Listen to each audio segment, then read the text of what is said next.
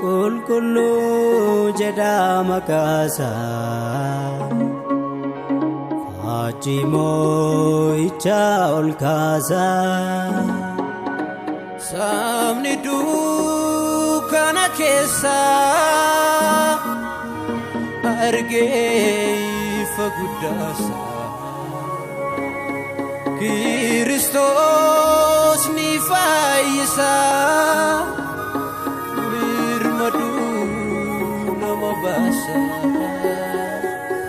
Sabni dukkana keessa argee ifa guddaasa Kiristoos ni fayyisa birmaduu nama baasa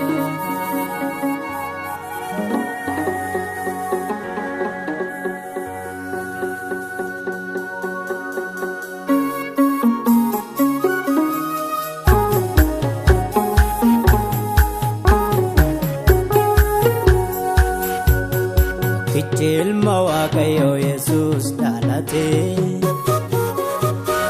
fayyummaa namootaaf jedhee waaqarraa mul'ate nagaan ta'uu namootaaf jaalalli gaariin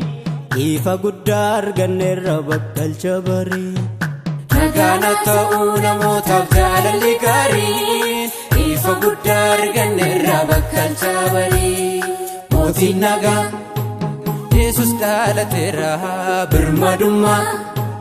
namoondaaf ta'eera mootiin nagaa Yesus dhalateera birmadummaa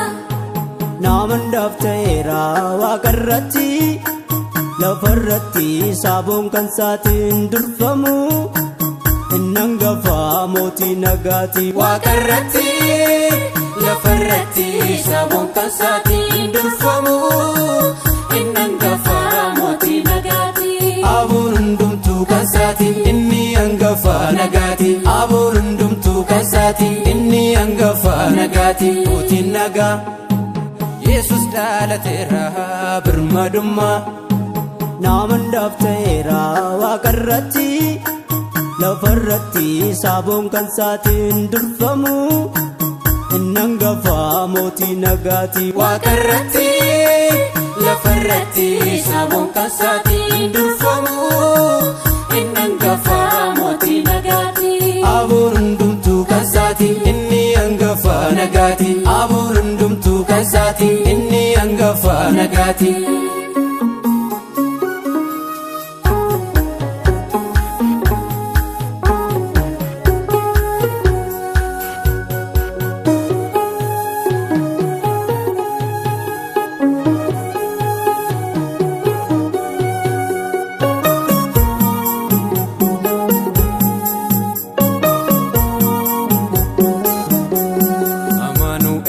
ilmi Waaqayyo nu wajjini hin qabnu leeyyoo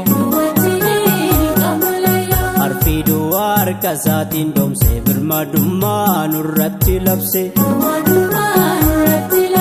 Amaanu'eel ilmi Waaqayyo nu wajjini hin qabnu leeyyoo arfiiduu harka isaatiin doomsee birmadummaa nurratti labse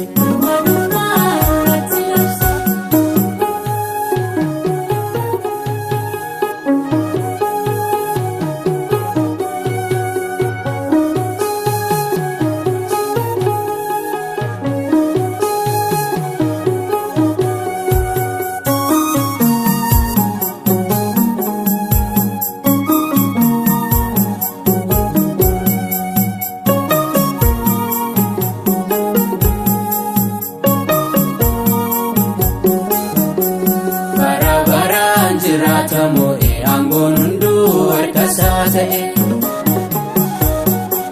waaqaaf lafaa aangoon kan isaati inni hangafa mootii nagaati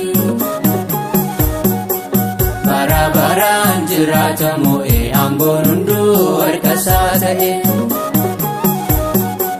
waaqaaf lafaa aangoon kan isaati inni hangafa mootii nagaati